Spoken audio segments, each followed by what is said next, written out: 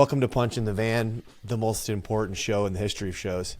Today's Veterans Day, and I'm very happy to be celebrating Veterans Day with you guys on the inaugural Punch in the Van show. Are you guys excited? Oh, yeah. Excited. Absolutely. What makes a show important? It's thematically going to give me one of the most important shows of all time. I think that's what I'm trying to get across right now.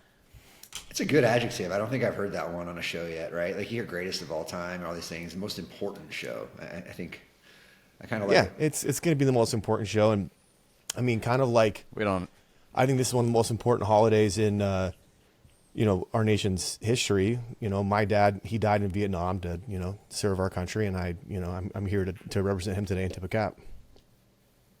4th of July is better. No one's going to call me out for lying. I'm going full Hulk Hogan right now. Like the beginning of the show, my dad didn't die in Vietnam. Independence Day is clearly a more prominent holiday. You guys are just staring. I mean, I like Veterans Day because it kind of transcends in terms of all wars. But I mean, without Independence Day, we don't have Veterans Day. So that's a clear misspeaking moment for you already. It's chronologically inaccurate, Chris. I'm sorry. I'm glad that I know I can just lie and you guys won't call me out. I'm definitely going to go Hulk Hogan. We just roll with it. Thanksgiving's definitely historically flawed, so I'm okay with Veterans Day. All right, let's go. So this is a sports show, right? So let's start talking sports. So who is this cast of characters? Probably before we start talking about. Yeah, we should probably do a cast character. So hey, I'm your host, Chris Vincent of Punch in the Van, the most important show in the history of shows, as I already previously mentioned.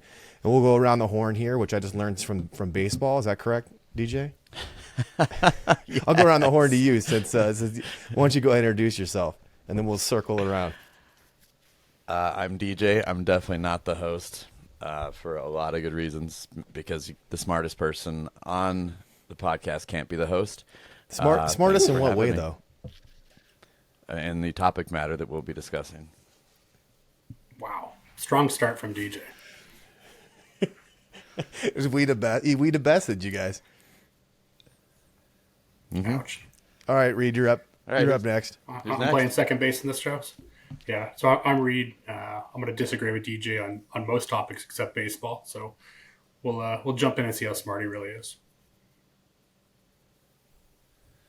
I love that we're going around the horn on the most important sports show of all time, and we lead off with "I just learned about going around the horn" from our host. So this is going on a great path to get us started. Josh Wagner, I'm going to talk about sports with these yahoos, and we'll see how it goes. Well, you let a guy who only really watches basketball and clips from 80s wrestling host a sports show, so what do you expect? I don't know that we let you host. You just kind of came to us and said, hey, I'm going to host this show, and I'm going to toss stuff at you guys.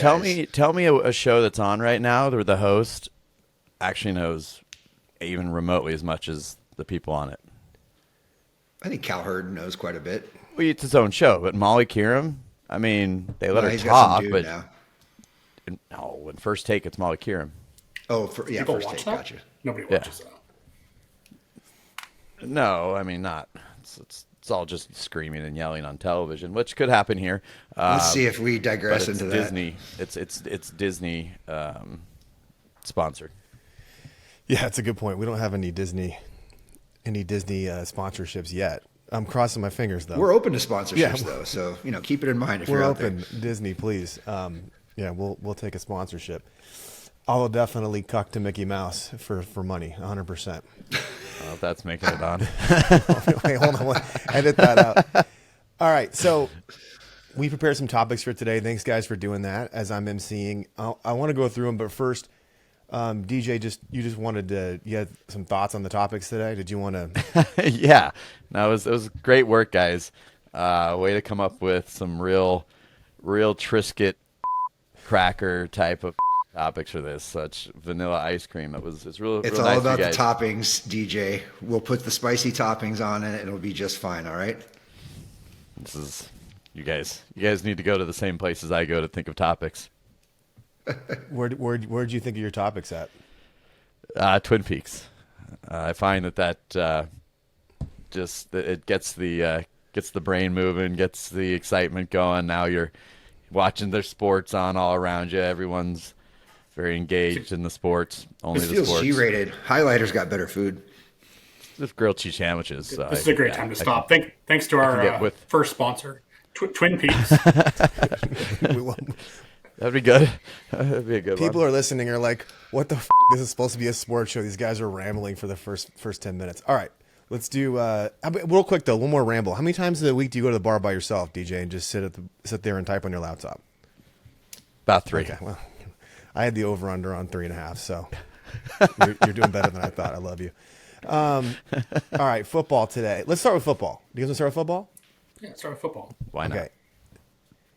This topic says NFL's primetime games with exclamation points and question marks. What does that mean?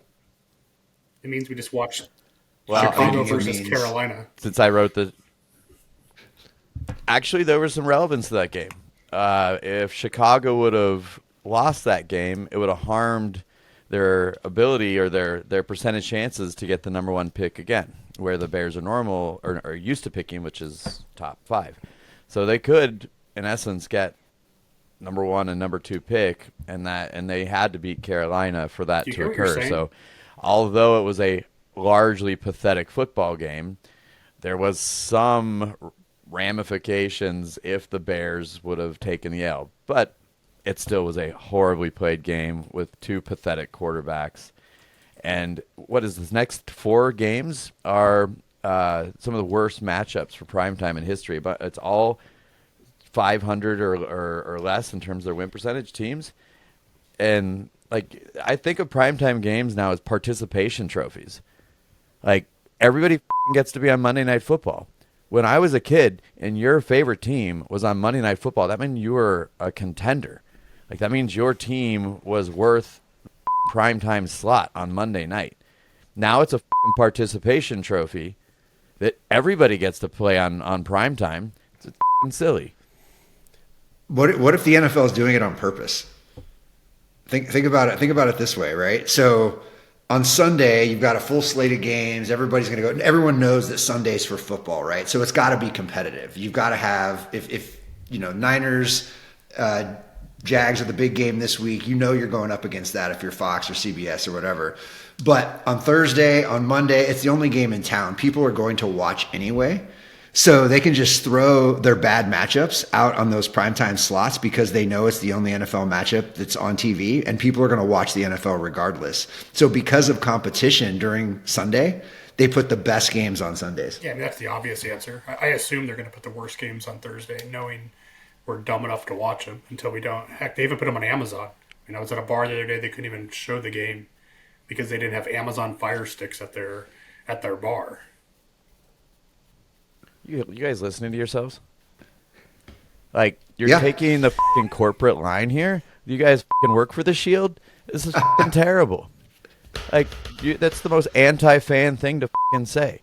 Like, you just not saying it's right. Roger Goodell's puppets? What the I'm not fuck's saying going it's on? Is that right. what we I'm got just on the saying show? that's what they're we got doing. right and left up here. We got Wagner on his fucking right hand, Reed on his left hand. It's such a corporate line. I didn't say I like it, Wow. but I'm giving you a line. just what they're doing. Yeah, exactly. We didn't say we liked it. Look, what are the ratings on Thursday night football? What are they? Where are they at? I'm curious. Like, where are they? Because the NBA started. There's NBA on Thursday nights. Like, how great are these ratings with the pot teams? I can tell you, I don't watch. Wow. I would rather watch a Suns game against anybody than the that they have on TV. Well, I Googled it, and it gives me the IMDb rating. So I don't know how Yeah, I don't think valid. that's- And it's a 2.3, which is pretty. It's pretty bad for IMDb. So I don't know. I don't know what the Nielsen stats are. Though I'd have to pull that up. I'd have to get a subscription to Nielsen to find out for you. it's probably not that great. Yeah. I'm just going Once to tell we you, it's get our probably not that great. sponsorships kicked in, we'll do that. I just don't think that even at the prime time slot with no other competition, people have better to do because it's not their team. I mean, if think about the Carolina Panthers fan base, you think that's a pretty fucking ruckus bunch? Not really. The Bears watch only because they're one sip away from AA. Like, they got nothing else going on in life. I shouldn't say I'm also a Cubs fan, but it's true. Well- Bears fans are just, it's cold, so they drink. 14.5 million viewers. So what's the solution? The players hate the players hate Thursday night football, right? It's a short week for Absolutely. them. There's more injuries. The football is historically bad right? It's usually low scoring games when Yep. the same team might, double their output the Sunday prior, the Sunday after. So what's the solution? Just keep doubling down on Sunday and hack the time slot, or, go back. actually put good teams in there? Go back to the old school. There's enough good matchups in the NFL. Every week, there's enough good matchups.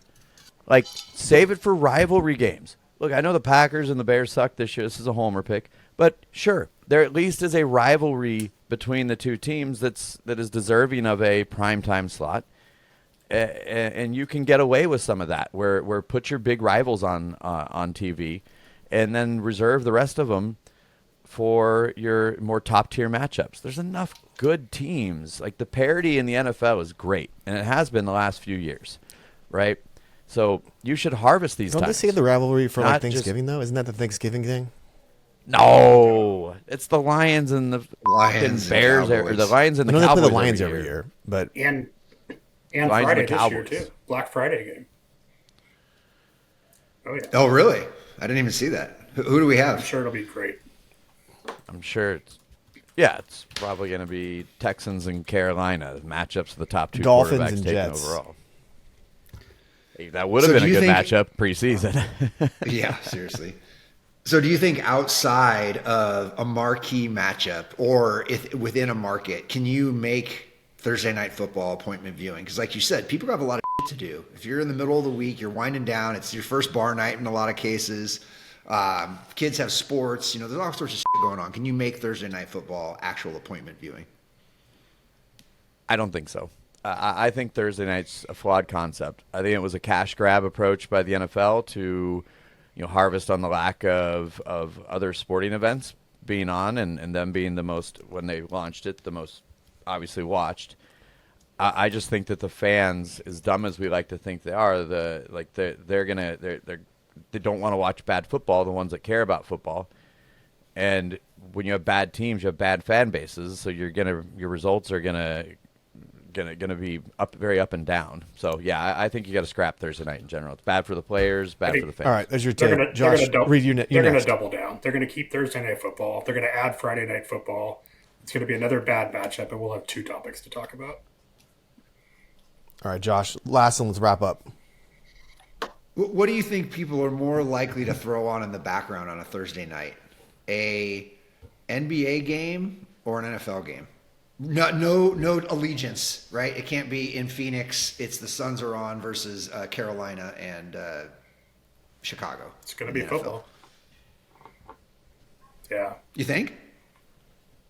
If I'm Joe Blow in Nebraska, I'd I'm rather- throwing on football.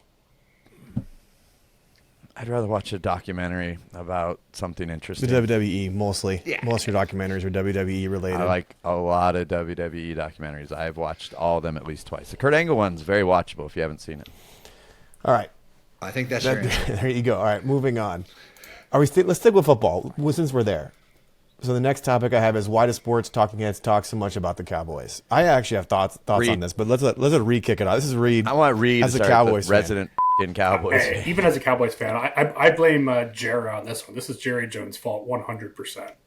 Every free agent that comes up, every draft pick, every potential move of the NFL, Jerry jumps on his radio show, his internet show, and wants to make sure that no one forgets who he is. So he's driving this 100%. He wants his name in the paper every single day.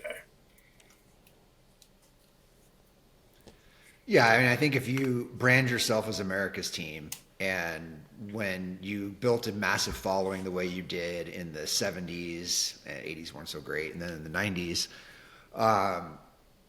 you know how they say in broadcasting, they say you got to move the story forward. And I think Jerry does as good a job as anyone of moving the Cowboys story forward when there's not even a story. Yep. So, you can give Jerry a lot of credit for that. They always say being the quarterback with the star on your helmet is inherently a story. I mean, I wish it weren't, but apparently it seems like it is. These people are ratings grabs no matter what. If you're Fox, ESPN, whatever, you're out there to get ratings. So the numbers tell them if they talk about Dak and the Cowboys, there's obviously a ratings boost versus if they don't. It's the same thing for the Lakers. I can't think of any other way that they would just keep talking about it. Yeah, it's marketing, 100%. It's Can we great blame Skip marketing. Bayless too? I don't think he has anything else he wants Of to course. talk about. Well, I got 2 words: clickbait. You think about it. The Cowboys fans, you either love them, or the Cowboys, you either love them or you hate them, right? There's no middle ground with that team. I hate to say it. I f***ing hate them, and I think everybody who's not a Cowboys fan hates them. There's no indifference among Cowboys haters. Like, you hate them or you don't, right? But also, Cowboys fans are such ridiculous f***ing people as a whole, okay? As a whole. You're taking a personal shot at Reed right now? I feel like you are.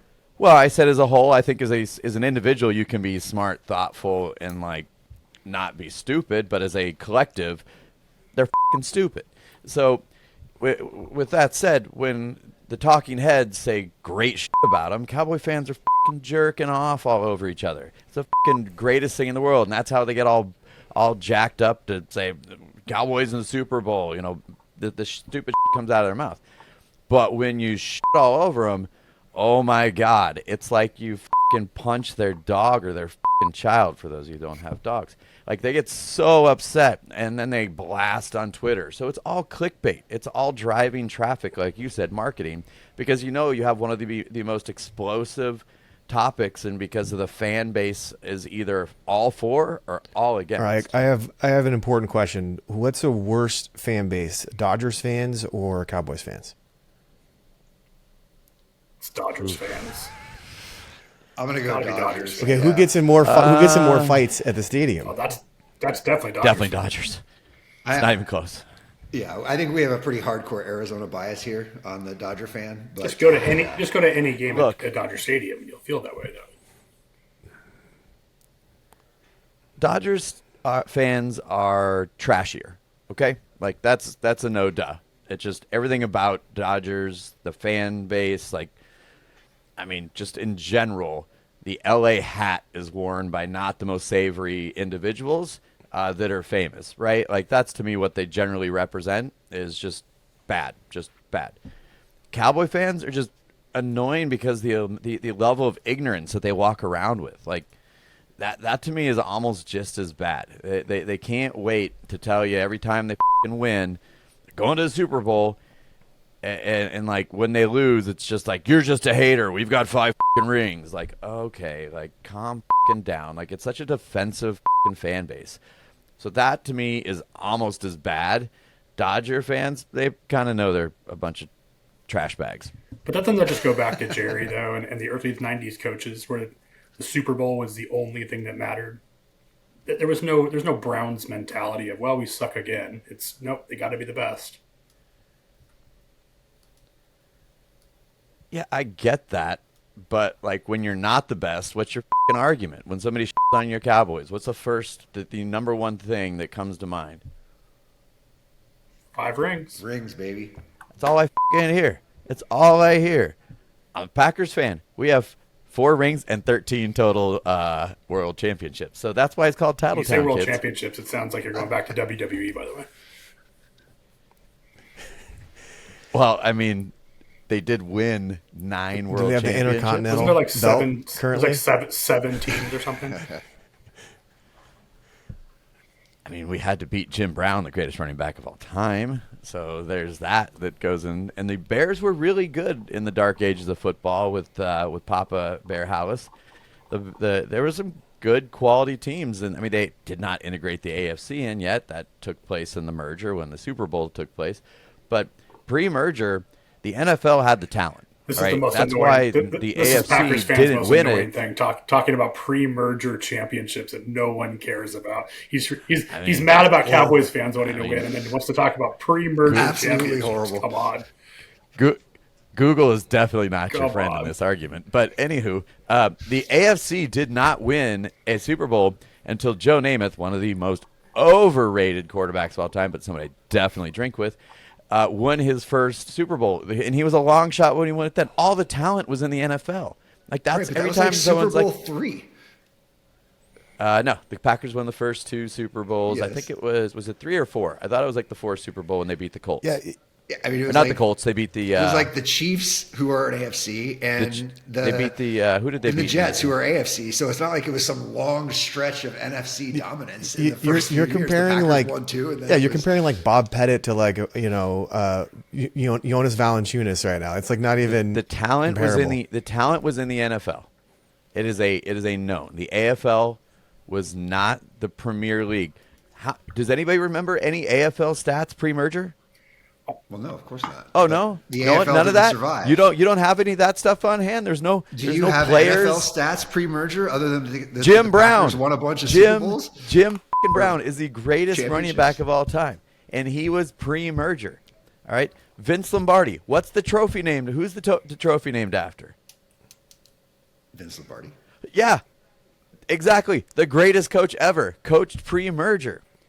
Like, I think we could argue that. Gail I think there's Sayers? a co- I Gail think there's an Sayers. active coach. Was with he in the 7 Super AFL? Bowls. all right, Gail Sayers. He's a very nice man. I met him in a mall in Las Vegas. It was a sad moment that there was no one else to get his Gail Sayers autograph. Me being a Packers fan, I couldn't actually get an autograph from him. It would be weird. But I shook his hand, and I was sad that no one else he just walked in to say hi to one of the greatest running backs of all time who played pre-merger. Ray Nitschke, pre-merger. These guys are all pre-merger. Like that, the AFL was shit. Okay, so they didn't. They had to build into championships in the third or fourth Super Bowl. The NFL had all the talent. That's why it is relevant. The 9 championships is relevant because the amount of talent in the NFL versus AFL was not even remotely close to one another, and that was illustrated and discussed heavily when they merged the leagues, because they didn't want just a freaking NFL just to run roughshod over the AFL and not be competitive. There was a That, there talent, was a that concern. talentless AFL won 3 of the first 5 Super Bowls when after the merge happened. That was like the third Super Bowl. They won a few because you had the Don Shula coach, Baltimore Colts. I get it. But pre-merger, I'm telling you, AFL was not as talented.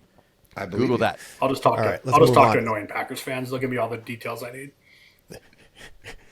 I do like DJ. You've definitely been practicing your lawyering. It's obvious because you did my favorite argument trope where you said, "Well, what's the name of the trophy?" And then you did the pregnant pause where where everyone had to go the Vince Lombardi Trophy. There you go. I rest my case. There, expo facto.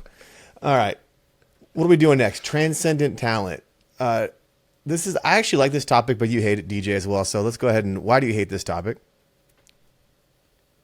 I just don't understand why. Like, why? Like, what transcendent talent? Okay, in every sport, that's an easy answer. Tiger Woods in golf. Okay. No, but you just brought it up. You just said Jim Brown's the greatest running back of all time. He was a transcendent talent. That's easy. Would Jim Brown be able to be the greatest running back if he played in the 90s, 2000s? His name is Derrick Henry. So next topic. Like there's a running back that you can compare to Jim Brown in every generation. Jerome Bettis. Like Jim Brown was a trend set that started a trend. Larry Zonka. I'm just gonna keep yelling out names until we start to. That's illustrated enough. Transcendent talent. To me, it's like that's a pretty easy discussion. Pick a sport. I'll tell you, Wayne Gretzky hockey. Like That's not the point. The point is what player. So like Pete Sampras tennis. Bill Russell is considered one of the greatest players of all time, right? Would Bill Russell be as dominant in today's NBA as he was in the 60s? I don't think he's athletic enough. No, these guys are like on freakish like fitness regimens and juice, and like it's a way different game. Wilt Chamberlain was way more transcendent. Yeah, it's fast. First of all, the big man. That's what I'm getting at. Wilt Chamberlain is transcendent. That's Perfect. again, the guy scored 100 points in the game. That's another like. Okay, we can pick a sport and an era, and I'll tell you who the transcendent talent was. It's to me that's a very easy, and it's tough to argue those things. You know, you talk about pick a baseball player in an era, and I'll tell you who the transcendent talents are. It's I think that easy of a discussion, you know, based on pretty simple factors. I mean, every generation has their generational talent. Therefore, you can pretty much put a pin in all of those as your transcendent talents. the generational talent there. Mike Trout is our generational talent. I get that, but could be replaced by does Ohtani. Curry survive in the late 80s, early 90s NBA? His name was Isaiah Thomas. I don't care what his comparison is. That doesn't matter. No, does Steph Curry survive? No, because Craig Hodges didn't. in the Craig 90s Hodges NBA? didn't survive. So no. Okay, Craig Hodges was a spot shooter that did best when no one was around. Did you really just say Isaiah Thomas is the comparison to Steph Curry? It's crazy. Stature-wise? Stature. Not game-wise. Stature. I mean, not game-wise. They're All that matters similar is size. in the game. No. When you're talking about surviving, you're talking about being to be able to take the physical abuse. I know what he was saying. And Isaiah Thomas was not a large guard, playing in a very physical game, and played well through his time in the NBA, except for left off the Dream Team because he pissed off MJ and Magic and everybody else. But that's a similar sized player in terms of his stature, and he did fine. Steph Curry would have. The game is so much faster, but more physical. It's a different, but not, again, he is a transcendent talent. I won't argue that. That's an easy answer. I'll say yes, he changed the game. Just like I think that baseball gets changed every 5 to 7 years based on the type of teams that they field, it changes the rest of baseball. And there's usually some level of talent that shows up in that area that causes the shift.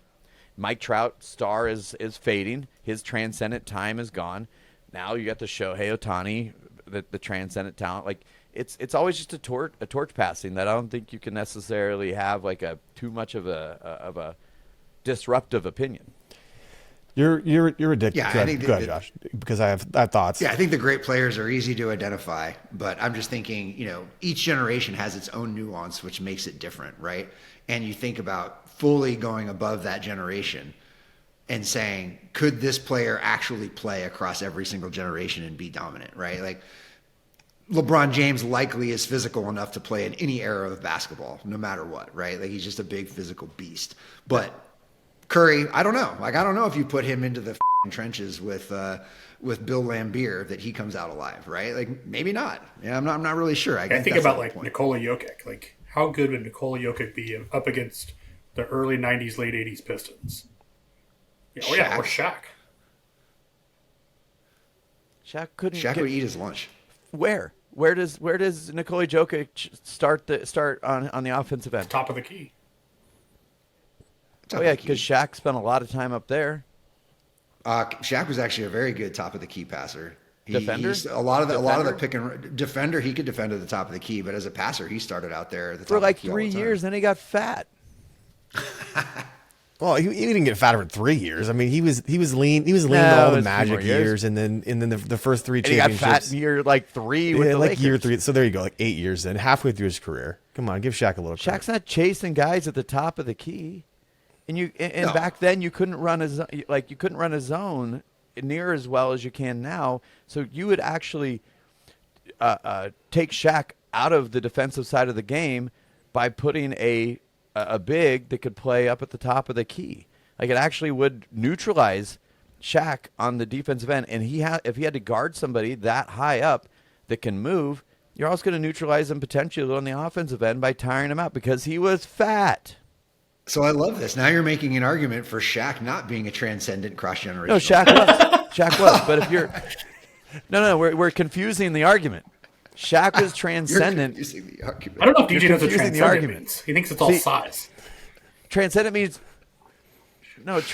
means you are a generational talent that transcends into any era. And I still think Shaq would be a great player in this era, but do I think Shaq would struggle to guard Nikola Jokic? Yeah, it's just because the game back then wasn't the top of the key game for the big man. But do I think Shaq would would absolutely motor every big man on the offensive end right now? Yeah, there's nobody. Honestly, Jokic probably wouldn't even guard Shaq. It wouldn't. There's no way. They wouldn't want that foul who could guard trouble. Shaq in today's league at all. They'd put PJ Tucker on him. They put a bruiser on him. everyone. He has a lot of shoes. That's about all I can say about PJ Tucker. Jay He's got a lot of Crowder and shoes. PJ Tucker just guards him no matter what. Exactly. There is not a player today Exactly. who could body Shaq. Not No. one. No, not at all. I mean, they created the semicircle under the rim because of Shaq. If that's not like game changing and transcendent. Like they did that on purpose so that he could be dominant inside. There's Can you no imagine offensive Wembanyama? fouls inside the semicircle. Can you imagine Wembanyama posting up Shaq? Oh my God, Shaq would just break him in Double half. his weight.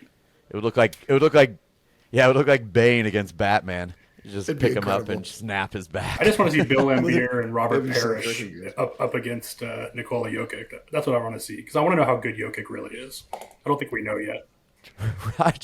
Robert Heck yeah. Parrish, the chief.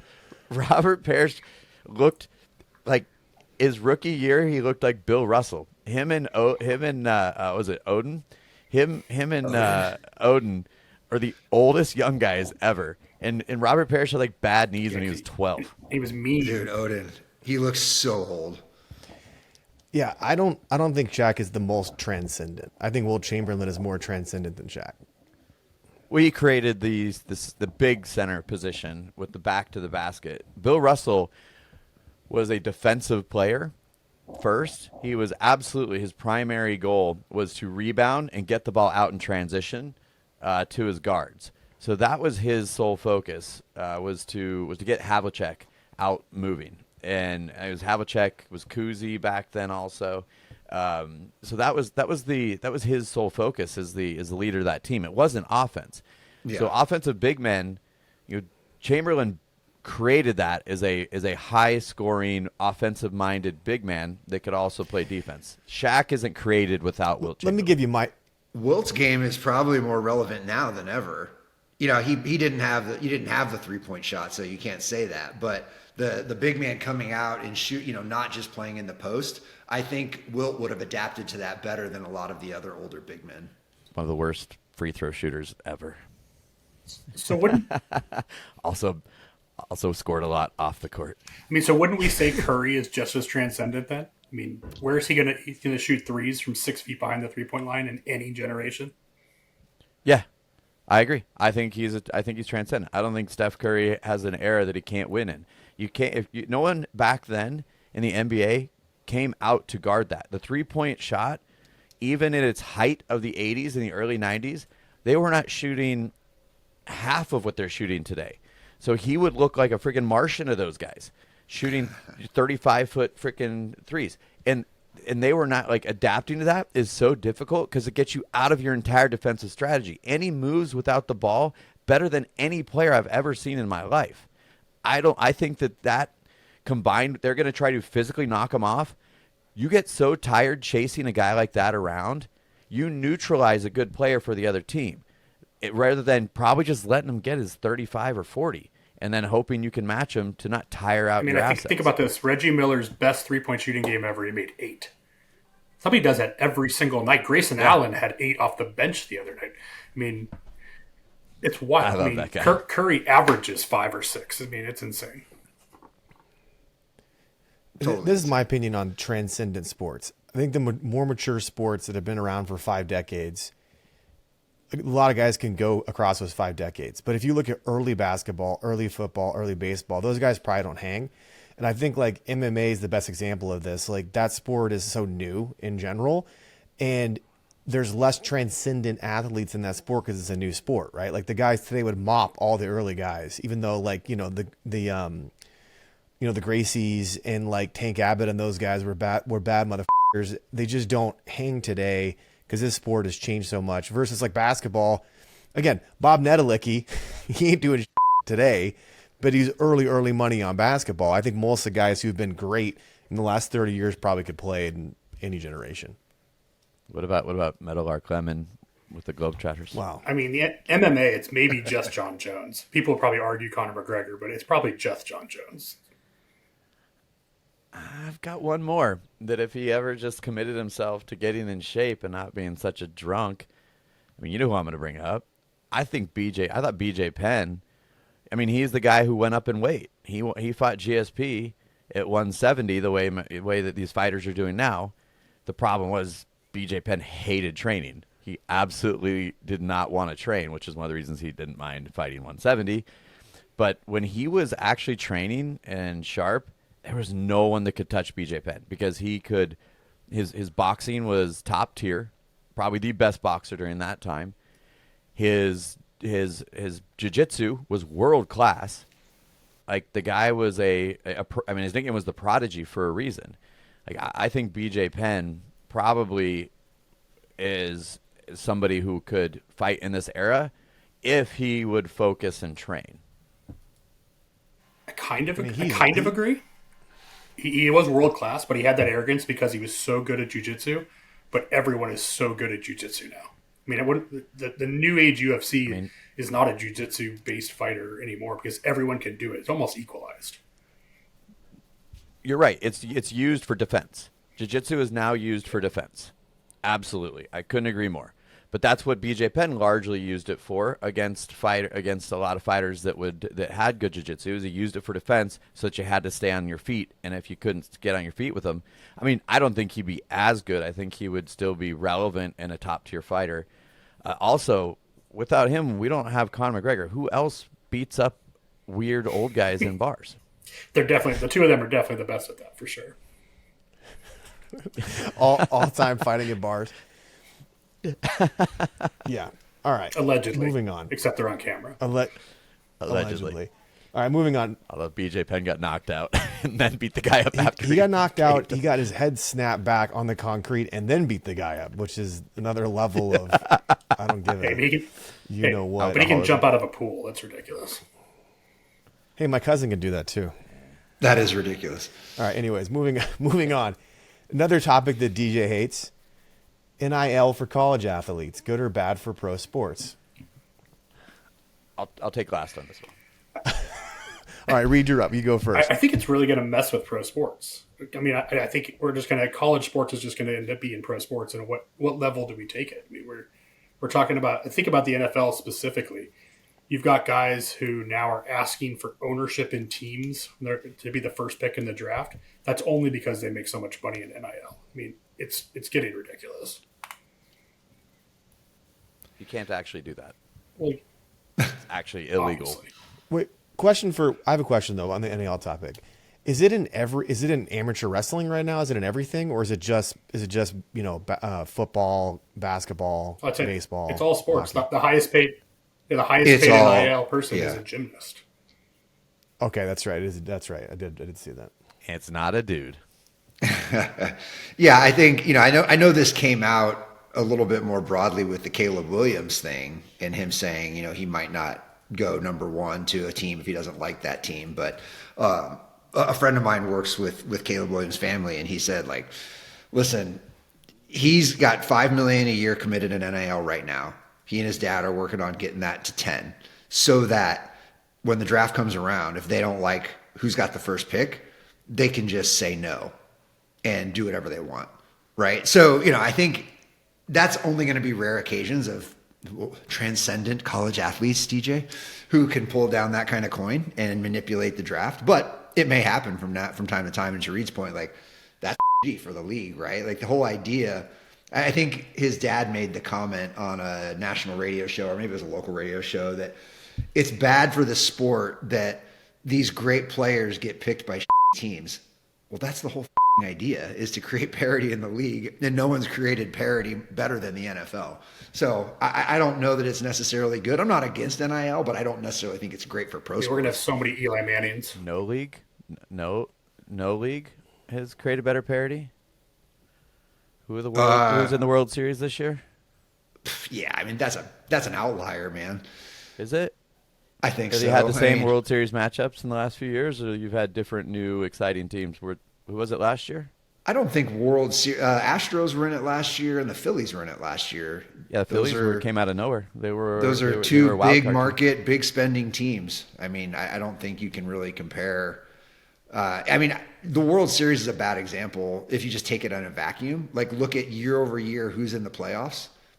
It's not Marlins. A bunch of it's not a bunch of again, it's an outlier. How often are they there? Diamondbacks. Once a decade, once every 2 decades. Milwaukee Brewers, small market team. Once every how many years? Like typically, it's last 3 in a row. Who? Milwaukee Brewers. Okay. I'm just saying. More Baseball's often than done not. a good job in recent years. In the past, you're right. Yeah, I mean, more often than not, who's in the playoffs in baseball? I mean, it's big spending, big market teams. A lot of the rules that they've created in baseball was to emulate the models of the other sports to create parity. I think NBA probably has the least amount of parity because the players get to run where they want to go. But anyhow, back to this riveting question. It's not. It's not. It does not have a big impact on anything but women's sports. Yeah, I was going to say women. It's It great really for women's doesn't. basketball. Yeah, the Caitlin Clark, what is she, like a $2 million NIL deal? She makes way more than anybody in the WNBA. Like That's true. That to me is women's sports versus men. Because let's look at Caleb Williams. If he comes back next year, right? Oh, he's got $10 million. That's awesome. What if he gets hurt, or what if his draft stock drops through the floor? Because it's already not looking great right now. He's not looking. He's crying in the stands Doesn't look on great, his mommy's lap because he lost a freaking conference game. Like, this guy's is an NFL ready guy. Like, you didn't see Joe Burrow pulling that. I mean, Tim Tebow cried a lot, but you know He was crying for told him he Jesus. could. Come on, But that's not fair. He's also not a world class That's not quarterback. fair. Well, I mean, tell that to. But that's a good point. How much money would Tebow have made in NIL though? He would have Oh, killed. he'd He was have the, crushed it. he was the hottest He'd in have college crushed it. football. Maybe the highest ever. Maybe the Definitely highest would have ever. lost his virginity back then, for Oh, sure. dude. You can't A give a good- virgin that much money and they stay a virgin. A good I don't know, Christian Giddy's boy still from a the South, virgin. he would have mopped it up. Giddy. Who? Josh Josh Giddy. Giddey? Yeah, he's a virgin. No one cares. No, I'm just saying he got Giddy? paid. He's Do you have like a virgin I have a virgin website tracker, yeah. that Why do you tells know you which that? athletes are AC Green? Like who? AC who's Green. up Yeah, I next? got his autograph on a book somewhere. That's a good one. I lost the jersey though. I'm upset about that. He was an Iron Man. He played a lot of games in a row. But he definitely wasn't getting laid, so it's why he could play so much. Anyhow, That back to the actually makes NIL sense. thing. Okay, keep going. But like, I look at the NIL as it's not going to change that much in the men's game because Caleb Williams comes back next year, gets hurt. No one cares. Like the NIL thing ruined, like him coming back ruined his legacy. He's got money, but guys don't get in the sport. They do to make money, but at the end of the day, they're trying to create a legacy for themselves, especially if you're a top tier talent.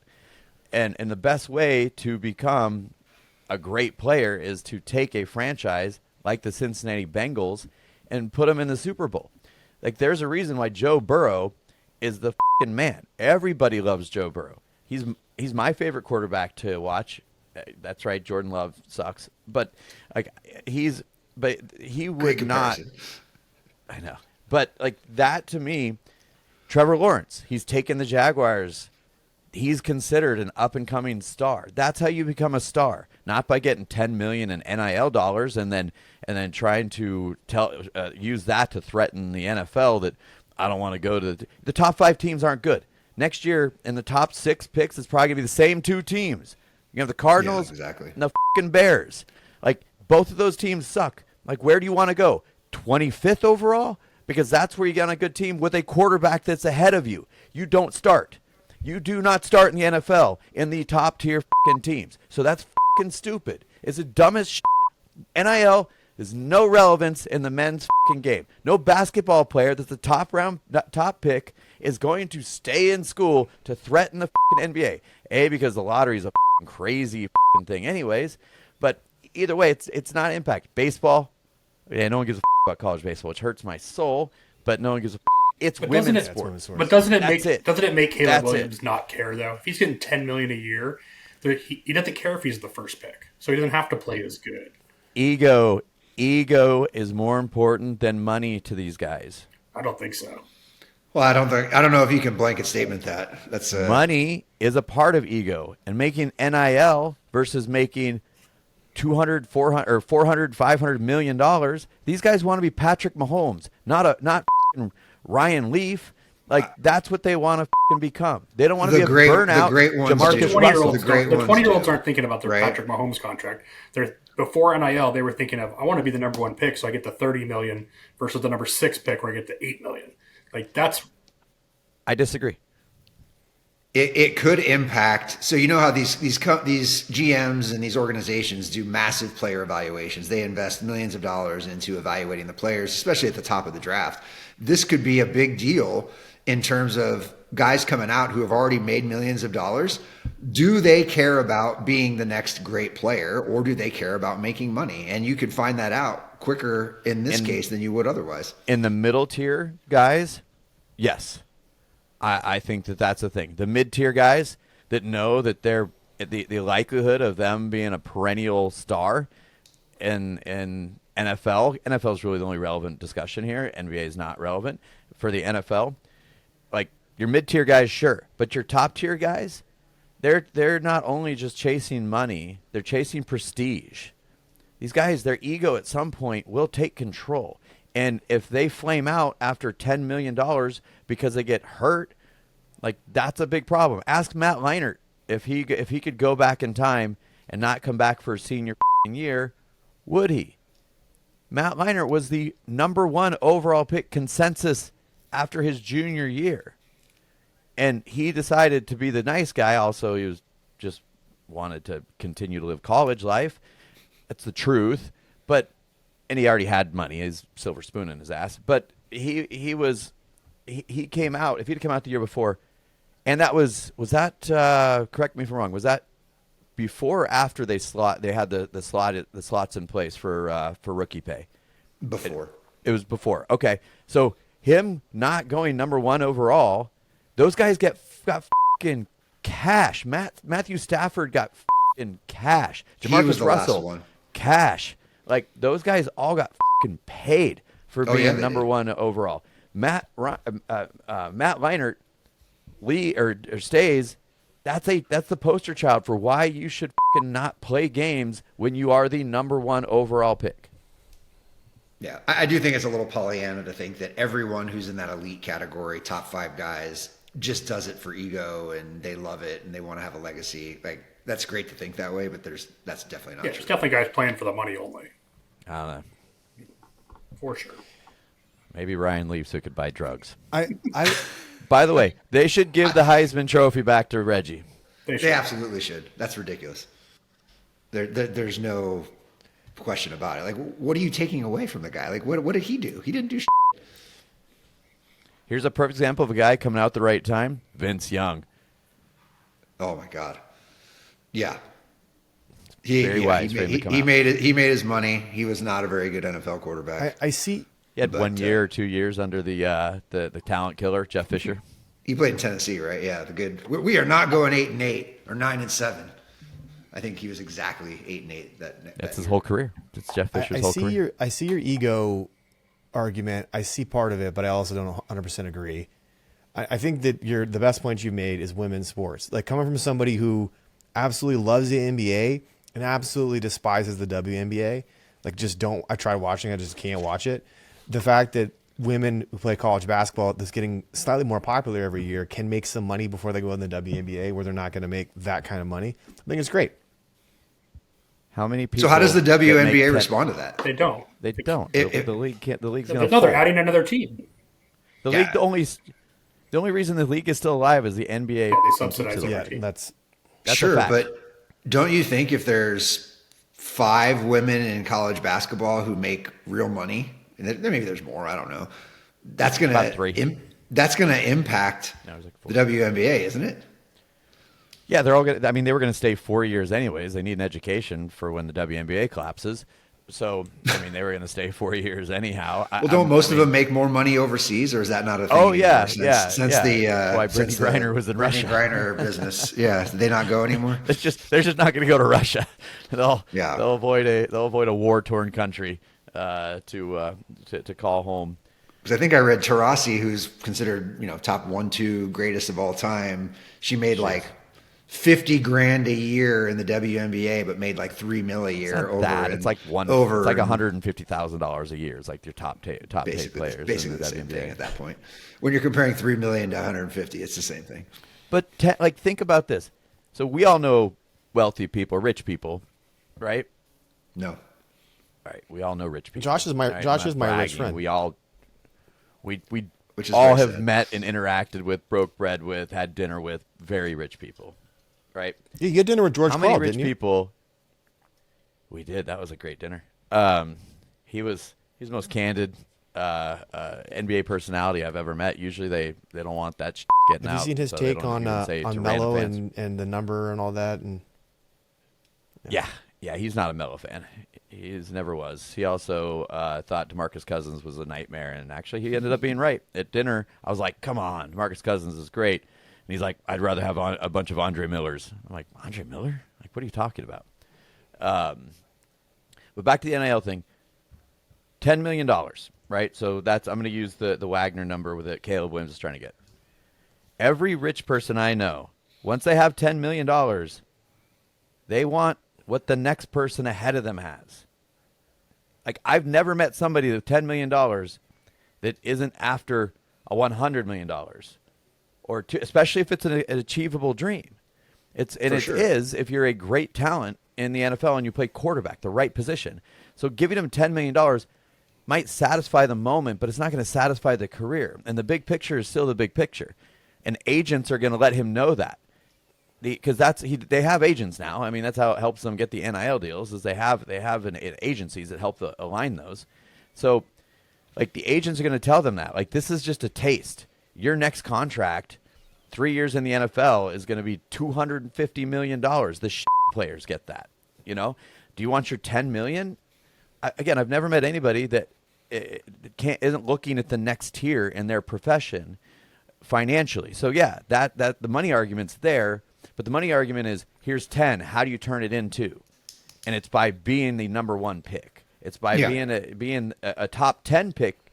I'm going to say top 10 as a quarterback. Anything outside the top 10, you're gambling on if there's someone in front of you that's going to stop you from being on the field and allowing you to show your talents and capitalize on that. So you really want to be a top 10, which are the shittiest teams. all right, I'm growing weary with this topic and you, DJ. Any final thoughts, Josh or Reed, on this before we move on? I was just looking up the numbers. They're so big now. It's 41 Nailed it. million for the first pick, and it's still over 15 million for the 20th pick. It's so much money now. If the NIL numbers continue to get bigger, then it could affect it, because no one will care about 1 versus 5 or 10. Now, if I have a daughter who's a gymnast, who's attractive, yeah, NIL's changing some real. Better hurry up if you want that to happen. All right, moving on to the. Are we going through all these? We don't have time for all these topics. So what do you guys want to do next? We got boxing / MMA. We got crossover athletes, or we got MLB managers. Oh, you hate all these topics. DJ hates everything. No. We can make the crossover athletes quick. Nobody can play the other sport that well. It happened like 3 times in the modern era, and these guys were freaks. Anytime I hear A.J. Brown say, I could bet 240 in Major League Baseball, I'm like, no, you couldn't. Like, the most comparable thing is somehow basketball players in college can become tight ends, which actually I think devalues the tight end position, because if you just play basketball and you're pretty athletic and have a big body, you might be able to make a roster in the NFL. Outside of that, this isn't high school. The most athletic kids can't just play all sports no matter how bad they want to. Steph Curry golfing, that's the other one. He's not going to be a golfer. Tony Romo tried, failed. It just isn't I just a want to thing. see Travis Kelce or Mark Andrews come out and just talk about LeBron James and tell him that he can't play tight end. Like, it's ridiculous. Like, That'd be great. awesome. He can't. He'd get broken. He falls Not on as the heavy as floor. the baby. He falls on the floor holding his face every time he's touched by Steph LeBron Curry. Did you hear about the Lakers put in a request to the league this year that LeBron's not getting enough calls? Jesus. Yeah, I did Shocker. see that. Yeah. Actually, no, I disagree. There is a crossover. Lakers LeBron are could the- play soccer for sure. Great Yeah, flopping, great injuries. I think he'd be great at it. We're just thinking. Nash used to try to play soccer. We're just thinking. I think we got to broaden our horizons with this crossover athlete. We're just thinking like, football, baseball, basketball. What about like skeet shooting? You know what I mean? What about like cross country skiing? Like, I don't think we're. You mean like Jamaican Like, bobsledders? we're not really. There's got to be a guy in baseball who could be like a professional marksman shooter. There's got to be. It doesn't pay No, enough. of course, it doesn't pay enough. I'm just saying, we got. Don't you wonder though? Like, look at a guy like Adolis Garcia, right? Is he Dominican or he's got to be something? He's Cuban. Cuban, okay, sure. So Dominicans, Cubans, right now, like, there's not a lot of options, right, out there. So those are big baseball communities. They breed baseball players out there, right? Like that's what they do because they know that's Take it the out. exit. Yeah, Also That's the exit subsidized by strategy, Major right? League Baseball. They also Correct. They also play baseball with rocks and stuff. That's not true. Great, That's a true but, statement. That's why they're so much better than us. but look at that. Look at that dude. You can't tell me if he didn't get bred to play football, he couldn't play football. Like, dude's Yes. yoked. That's exactly what I'm saying. I don't know. I just think it's a different. I think everything's different. Every sport is different, and I think your Agreed. talents apply to the sport that you're meant to play. There are a handful of guys out there, Brian Jordan, Deion Sanders, Bo Jackson. Those guys were different, and even Brian Jordan wasn't that good. I think he played like corner in the NFL for like a year. Look at Nate Robinson. Every time, he could have been a corner in the NFL. No, he couldn't. No, he couldn't. Like he couldn't even take a punch from Jake Paul. You want to see him in the NFL? Like we don't think Kyler Murray could be a major league shortstop. Like he can't be an NFL quarterback, so maybe he could. that's a good argument. Honestly, that's a good argument. I mean, listen, he got $230 million to play quarterback in the NFL. He's not great. Your answer to this question is Kyler Murray. Is Call of Why Duty a not? sport? I think he'd be a great. I was gonna say, It is a sport. I say he could be a great gamer. He at Madden, he could be a Madden crossover would be Madden good. athlete. Madden would be Russell good for him. He'd almost Wilson. be studying film. So- but Call of Duty and football don't cross over. So, okay. So let's pause then. If we're talking that, are we talking just crossover? Like these guys could be minor league players, or like they'd be major league? I think mentally studs? they could probably all be minor league players at lots of sports, just because they've got the mental edge. Physically, Like they Tom- absolutely cannot be top players at a different sport. Because like Drew Henson tried his hand at baseball, Yeah. didn't make it, and then of course America's team put him on that pot of a roster back then. Russell Wilson was a talented baseball player. Yeah.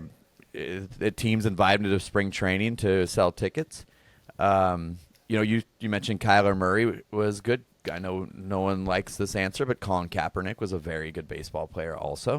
Jeff Samardzija, he was a receiver in drafted the NFL. tight end in out of college and wound up having a pretty good pitching career with the Giants. What? Hold on. Can you turn my mic off after I just had to hear that? With the Giants? Hey, dude, if he would have been, this is the difference between baseball and he made the right choice, by the way, because he could have been the greatest. You tight picked the end of wrong all- team. What's that?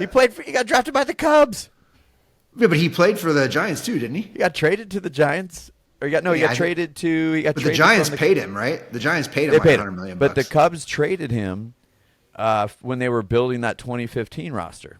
Yeah. I'm just saying Came the up with Giants the paid Cubs. him like $100 million. I don't think the Cubs paid Yeah, him. and he they was, had he buyer's was, he remorse was under immediately. pre-arbitration then. What about he what about was- Tom he was Brady? terrible Would after Tom that Brady have contract. been a good baseball player? If he'd have gone to the Montreal Expos, would he have been Yeah, a great baseball player? No. I don't. I don't think so. Mentally, yes. Hitting a baseball is the hardest. Baseball is the hardest sport. It is the hardest thing to do to hit a fucking baseball. They asked Deion Sanders on the whatever Shannon Sharp calls his podcast, what is the hardest thing he's ever had to do? He said hit a baseball. Like it is by far the hardest, and he batted Well, the over stats bear it 200. out. The stats bear it out. Yeah, but I mean, even beyond the stats, like the fucking thing is, it's insane to try to hit major league pitching. I mean, when you watch all baseball movies, one of my favorite movies is Bull Durham.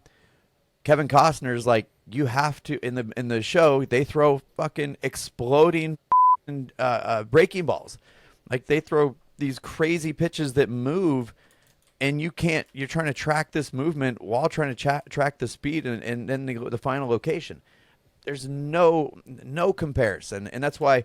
Do I think that I think Kyler Murray is actually a good argument. I actually believe, based on his prospects as a baseball player coming up, he's the one player in the NFL is, as much as it pains me because I do not like him and I love baseball, he is the one player in the NFL that I believe could have made Could have been the major leagues. I mean, I do. He was a agree. top Well, almost 10 all pick. is good, but Yeah, I agree. Almost all the NFL players that were drafted in baseball are all quarterbacks.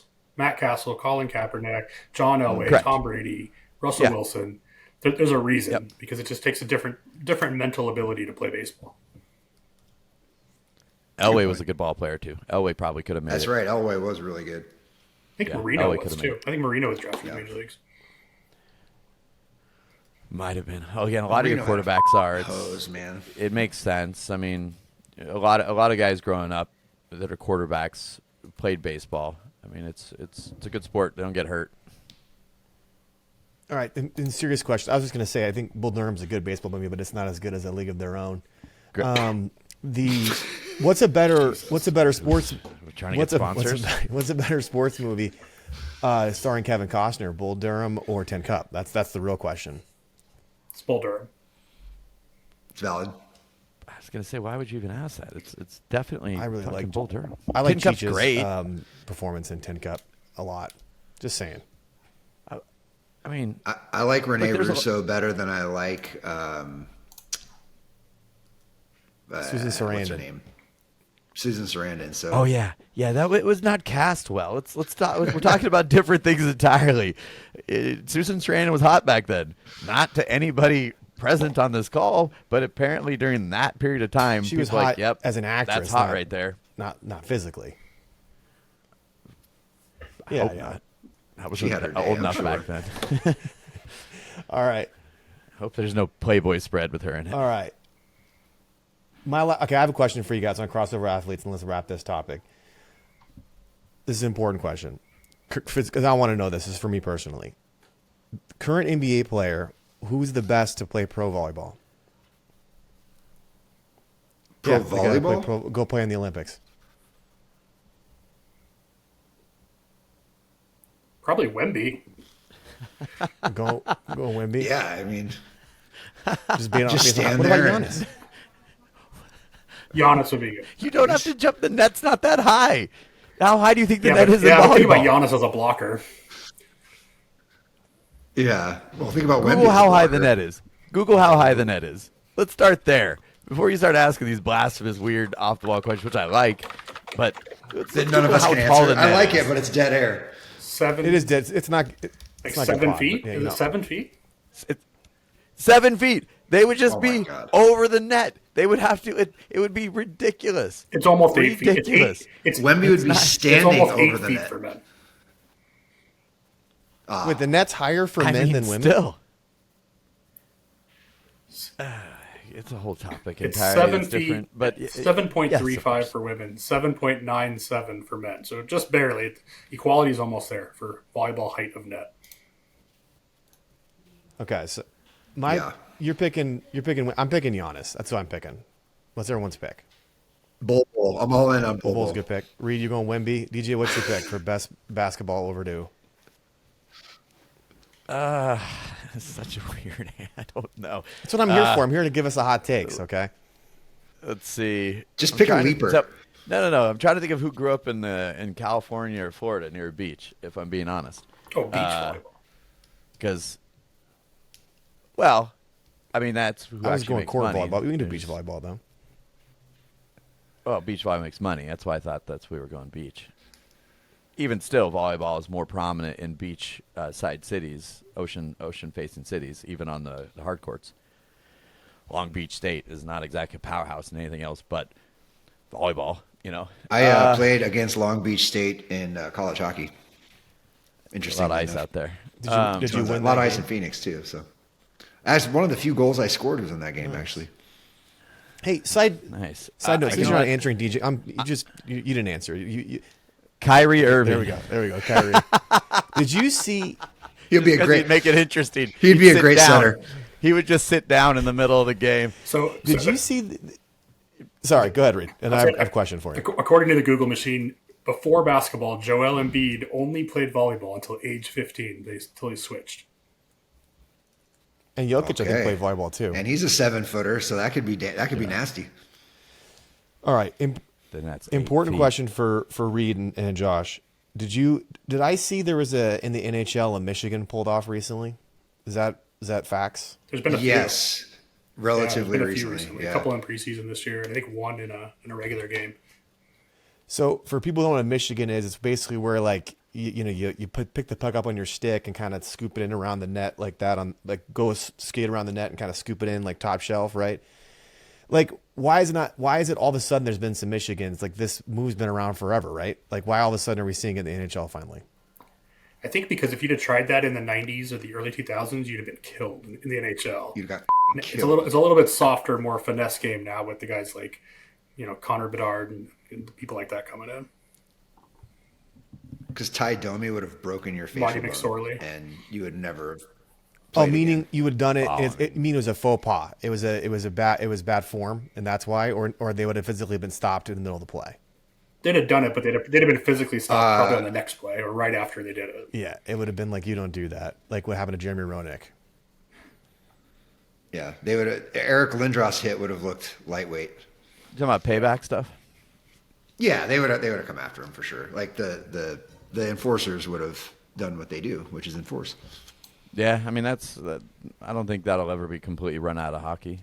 It's still there, but It's not as physical. It's not as physical a game as it used to be. Well, no, it isn't. It really isn't, and there's some upside to it. It's drawing more fans again than it was in the past, and that's partially due to the fact that people are scoring more. The rules they've made a lot of the rule changes to promote scoring and start coming down more on certain types of hits.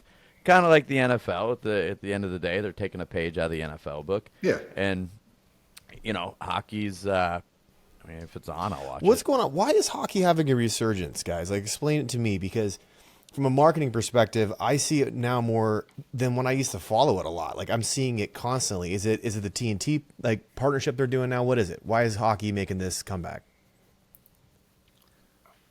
Well, in my opinion, I think DJ's onto something. Like it's putting offense first, right? It's taking a precedence over scoring. And if you watch 3 years in a row now, I've said this is the fastest team I've ever seen in my life. And like the next year, someone's faster. It's freaking crazy. Like the amount of speed and the shit that they do at the speed that they do it is unbelievable. Like when you see it, it's not normal.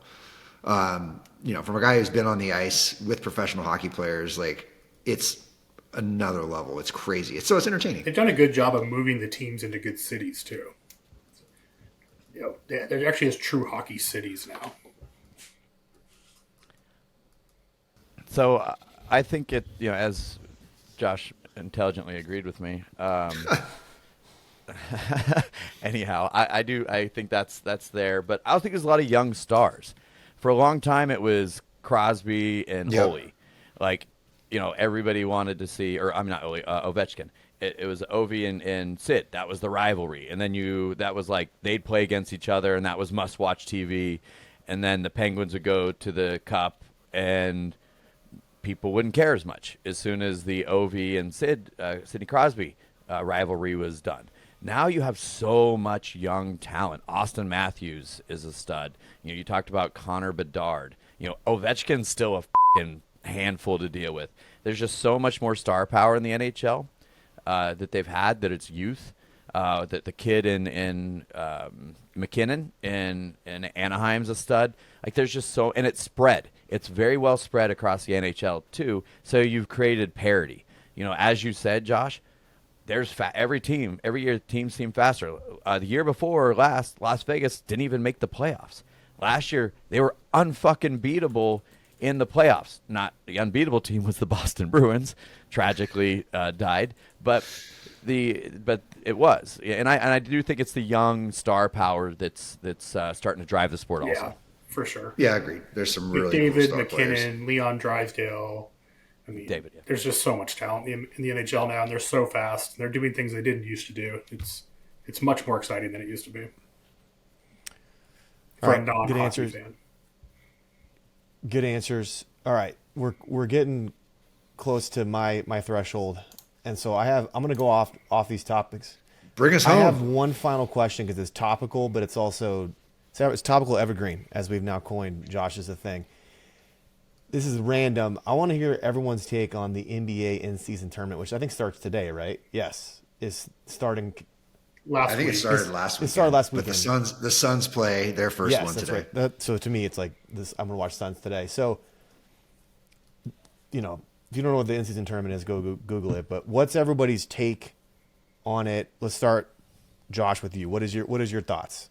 Good, bad? Are you excited? Well, I'm still, despite many attempts at hitting the Google machine to figure out what it is, how it works, and what we get, I still don't get it. So I think that's a little bit of a problem, right? Like I don't know that fans even know what the it is, other than it's a different colored court and someone's going to get a different trophy. Like I know what they're trying to do. They're trying to create some hype and some stuff, but like I literally have Googled it 10 times and I still don't know what it is. Well, if you go to NBA.com, I've read through it. It's ridiculously complicated. There's this draw into group play and there's knockout rounds. So yeah, I don't think it's not being. But it's happening in the middle of the season, and these games like count towards your record. And what are we talking about? So does here? the schedule change? Because I don't get it either. I have no idea. I know the Milwaukee Bucks are the huge betting favorite to win this. It's like not even close. but why? That's the funniest thing no of the idea. whole show. That the Milwaukee Bucks are the betting favorites to win the. It's NBA not even. season. It's not even I close. fucking They're love it. like the huge favorite. And I don't know why. What's the standings right now? Okay. That's incredible. I think it's stupid. Like, this is like NASCAR. NASCAR does the same bullshit. They do segments throughout the freaking year. Wow, It's it's different. Google No. it. They have segments I know, throughout but the freaking year. racing's a whole. It's not like they're playing. They have 82 races, and whoever wins the most goes to the playoffs. I mean, NASCAR is totally different. No, NASCAR has a point system to make the playoffs. And part of that is there's segments that they have, like little mini tournaments. Like, oh, I'm the points leader going into week 5. Like, it's a way to let, and then the driver could shit the bed the rest of the year, but they've got that first segment fucking win. Like, so somebody tried to sell it to me the other day. I said, please, younger person, they get into the shit. I don't get it. I'm old school, right? And he's like, well, you know, it's he's probably gonna watch this, so his name's Dylan. He's like, Shout well, out Dylan. you know, Shout out, Dylan. And then did you tell him to bring super- back hand checking? Is that how old you went full like 90s boomer on him? I mean, I didn't go there, but I go boomer on him all the time. Well, Could you? Old, drop we'll his call old social myself old on the millennial. screen?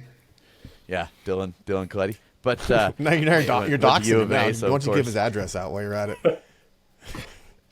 We're sponsored by LifeLock, so you can put a social. But he's like, it's a way for the veteran players to help the younger guys that don't make as much money get a $500,000 bonus. That's the pitch. That was his rationale. And I was like, you think LeBron James cares about a fucking mid-season trophy so that some rookie gets $500,000 versus winning the fucking real championship? No. He could just give them $500,000. They get bonuses when they win the fucking championship anyways. More than a half. My million. assumption- There's all kinds of bonuses. So yeah. Playoff bonuses. My round by original round, thought yeah. was the NBA was trying to get people to not sit their players, but that hasn't happened at all. People are still sitting all the time. They don't care at all. The teams don't care. The players don't care. I don't think anyone here cares.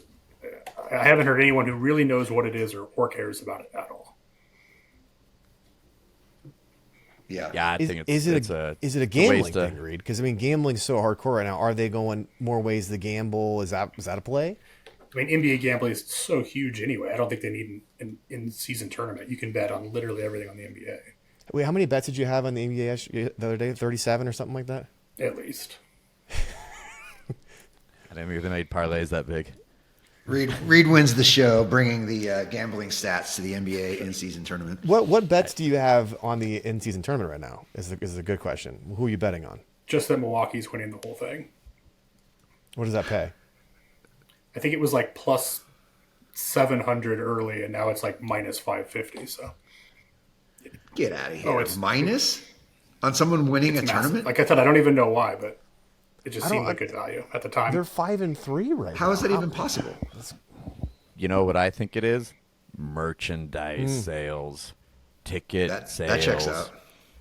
That's all it is. It's like Jackie Moon. This is fucking Jackie Moon and semi-pro. We're gonna have the Mega Bowl. We're gonna have the Super Mega Bowl. We're gonna fire a cannon when we beat the San Antonio Spurs to not make it to the NBA as the Flint Tropics. This is Flint Tropics against the San Antonio Spurs. That'd be in way semi-pro. more exciting. All right, now I'm watching. Bring Jackie sold. Moon in. I'll watch I'll care about the in-season tournament. Yeah. You know what's great about that movie is how like historically correct it is in many cases. They fought so much in the 80s, the 70s and the 80s. They fought so much. And like they talk about like how often they just fucking throw hands. And that was like a common part of the game. Hard foul because there was no technical fouls. So your only point of response, because the referees weren't helping you out, was to fucking punch the guy. And so back then you had enforcers on your team, not to necessarily play defense, but in case there was a fracas, you had a big boy coming in to throw hands. You had the essentially the same thing as a goon in hockey. Exactly right. Yeah, it's funny too because it's like I've always wanted to see. There's nothing ever gets crazy in the NBA now, but I always want to see because like James Johnson, I think it is.